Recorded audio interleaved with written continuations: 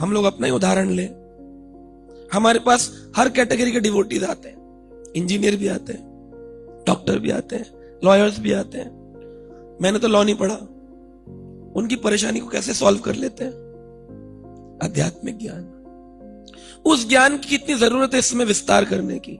घर घर के अंदर गीता होनी चाहिए कि नहीं होनी चाहिए? प्रयास कर रहे हैं हम लोग। घर घर गीता, हर घर गीता।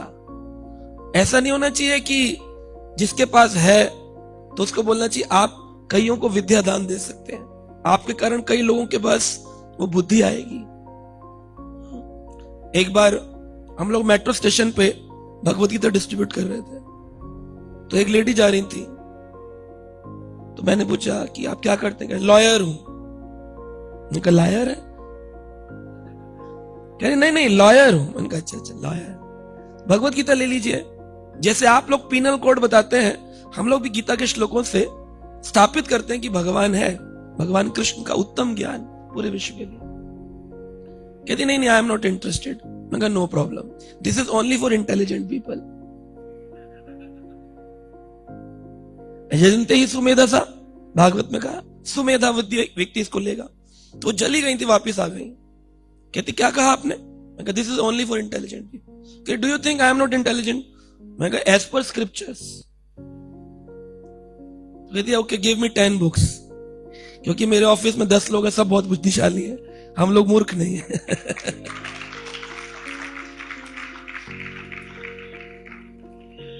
तो ये विद्या का बहुत जरूरत है, देनी है जगह जगह जाकर के हमको। तत्कुरुषु मदर्पणम, तब हम सही मायने में भगवान की सेवा कर रहे हैं। तपह, तपस्या करनी है, यही तपस्या है। सर्दी के मौसम में चाय, हर्बल टी और गजक और रजाई छूटती नहीं है। ऐसे में निकलकर गीता का प्रचार करने जाना। मैं तो प्रचार करने गया था अभी नोएडा में, या प्रभु जी के प्रोग्राम में। ओपन में था, मैं बीमारी पड़ गया। बिल्कुल ओपन में था, ठंड चल रही थी पूरी, लेकिन क्योंकि गीता का प्रवचन करना है नोएडा में। पर अच्छा रहा, वहां पर कई लोगों ने 4-5 बॉक्स भगवत गीता तुरंत ले लिया।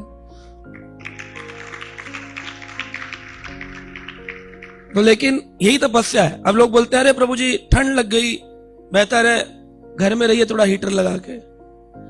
मैं कहा फिर हम इस्कॉन में क्यों हैं? हमारे प्रभुपाद जी 2 हार्ट अटैक आने पर अमेरिका जा सकते हैं, हम थोड़ी ठंड लगने पर प्रचार करने नहीं जा सकते।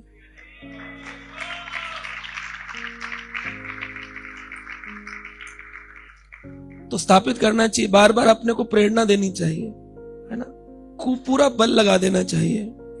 स्वाध्याय, और केवल वितरण ही नहीं करना है, भगवत गीता का स्वाध्याय भी करना है। स्वाध्याय करके आपको पता चलेगा, इस श्लोक में भगवान 9वें अध्याय के 28 नंबर श्लोक में कहते हैं गीता में, शुभ अशुभ फलेर एवं मोक्षामि कर्म बंधन। वही श्लोक चल रहा है, चैप्टर का नाम क्या है? कर्म बंधन। 9वें अध्याय भगवत गीता 28 नंबर श्लोक वही बात कर रहा है। उसमें कह रहे हैं तुम कर्म बंधन से मुक्त हो जाओगे अगर तुम अपने जो भी शुभ और अशुभ फल हैं वो मुझे अर्पित कर दो, कैसे भी। तो क्या अशुभ भगवान को देने चाहिए अपने फल, और शुभ तो देने चाहिए लेकिन अशुभ नहीं देने चाहिए। तो ये जो बात होती है ये उनके लिए है जो अभी अभी सनिष्ठ भक्ति में आए, लेकिन जो परनिष्ठ हो चुके हैं, जो एक एग्जाम्पलरी डिवोटीज हैं, जो उदाहरण स्थापित कर रहे हैं, अम्बरीश जी महाराज उत्तम कोटि के भक्त भागवत के। अम्बरीश जी अपना स्वयं अपने घर का पोछा लगाते हैं, ठाकुर जी के विग्रह को स्नान कराते हैं, आरती करते हैं और राज्य भी संभालते हैं। एक दिन बुखार आ गया तो उनकी राजकुमारी जो रानी थी उन्होंने सोचा अरे देखो आज तो राजा बीमार है अम्बरीश जी महाराज, मैं पोछा लगा देती हूँ। उन्होंने ऑल्टर में पोछा लगा दिया, ठाकुर जी को श्रृंगार करके तैयार कर दिया। जब अम्बरीश जी जागृत हुए, स्नान आदि करके आए, थोड़ा लेट हो गए और देखा सब कुछ पहले से तैयार है। किसने किया? रानी बोली हमने किया महाराज। रोने लग गए, विलाप करने लग गए, बोले अरे आज आपने मेरी सेवा से मुझे दूर कर दिया है। मेरे भगवान क्या सोचेंगे, मैं आज थोड़ा सा लेट क्या हो गया, मेरी सेवा छूट गई। हमें कोई बोले प्रभु जी आप रुकिए, ये भगवत गीता का बॉक्स मुझे दीजिए, मैं बांट आता हूं आपकी जगह। हम कहेंगे very nice, you are a pure devotee. क्या हम कहेंगे नहीं नहीं तुम दूसरा ले लो, ये मेरा है, मैं जाऊंगा स्वयं अपनी सेवा करने। ऐसा करते हम? इसको सीखना है, क्योंकि जब तक ये लेवल पर नहीं आएंगे आप परनिष्ठ भक्त नहीं बनेंगे, आप सनिष्ठ ही रहेंगे हमेशा। और जो आपने कहा ना शुरू में, मैंने पूछा ग्रस्त से भगवत धाम जा सकते हैं, आपने कहा हाँ जा सकते हैं। सनिष्ठ भक्त नहीं जाते, परनिष्ठ भक्त जाते हैं। बलदेव विद्याभूषण ने कहा परनिष्ठ भक्त का अर्थ ही है जिसकी सुबह भगवान के लिए, शाम भगवान के लिए, जीवन भगवान के लिए, रात भगवान के लिए, कोई रिश्तेदारी नहीं, कोई कुछ नहीं, उसका केवल एक फोकस है, कृष्ण कैसे प्रसन्न किए जाए, कृष्ण की सेवा कैसे की जाए। सेकंड कैटेगरी में फिर बहुत सारी चीजें, जिम्मेदारी भी है, तो बोले जिम्मेदारी भी कर लेता हूं क्योंकि मैं कृष्ण का भक्त हूं, वरना लोग कहेंगे देखो बच्चों को खाना नहीं खिलाता है। इसलिए मैं बच्चों को खाना खिलाता हूं, मैं संसार के अंदर नौकरी करता हूं, और जो अर्निंग आती है उसमें से कुछ अंश ठाकुर जी की सेवा में दान देता हूं, तो दोनों ही सेवा तो कर रहे हैं। लेकिन एक जिसका फोकस कृष्ण है और एक जो कि कुछ अपना निकाल कर दे रहा है, तो ये सनिष्ठ और परनिष्ठ भक्त की कैटेगरी। आगे कह रहे हैं संन्यास च कर्मणाम योगेन विविध अंगेन भक्ति योगेन च एवहि, आपको भक्ति योग करना पड़ेगा।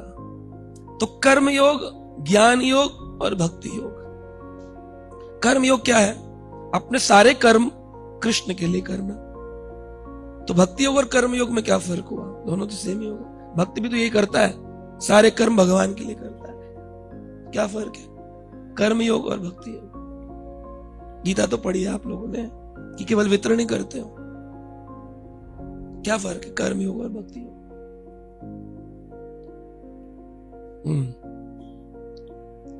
हाँ, बिल्कुल सही। प्रभु जी ने कहा कर्म योग में फल की अभिलाषा बनी रहती है। करते तो कृष्ण के लिए हैं, उठे सुबह मंगल आरती आए, गीता डिस्ट्रीब्यूशन किया, लेकिन मन में एक इच्छा है कि जब टारगेट अचीव हो तुम चाहे एक किताब से मेरा नंबर 1 होना चाहिए। उससे क्या मिल जाएगा?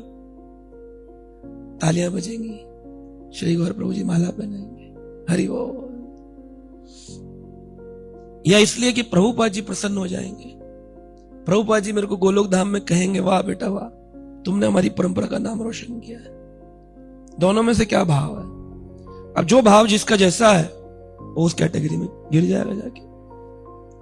आप खाली द्वारकानाथ प्रभु MIS नहीं बनाते हैं, कृष्ण भी MIS बनाते हैं, लेकिन हमारा MIS मैग्नीट्यूड पर बनता है, उनका MIS एटीट्यूड पर बनता है।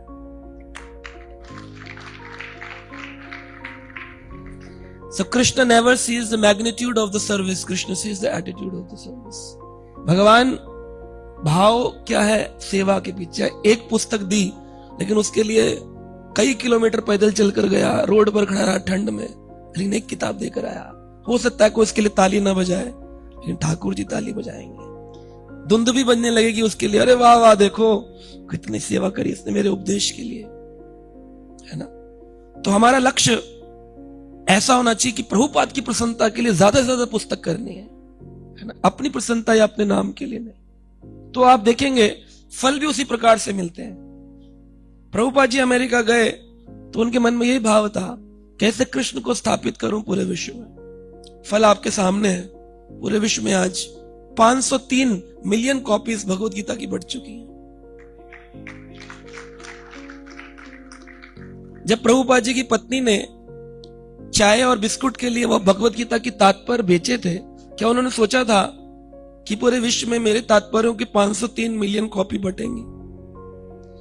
आजकल तो लोग बुक बाद में लिखते हैं, पहले प्लान करते हैं कितनी बुक छापनी, 200 500, अमेज़न में बात कर लेते हैं कि भाई इतनी किताबें आप बिकवा दीजिएगा। क्योंकि प्रभुपाद जी का भाव बुक सेलिंग नहीं है, बुक सेलिंग नहीं है, उपदेश वितरण करना है, पुस्तक वितरण नहीं है, ग्रंथ वितरण करना है।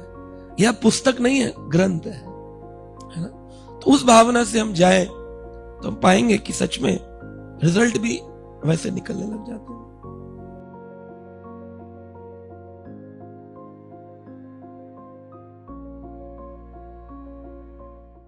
Subscribe now and press the bell icon. Never miss an update.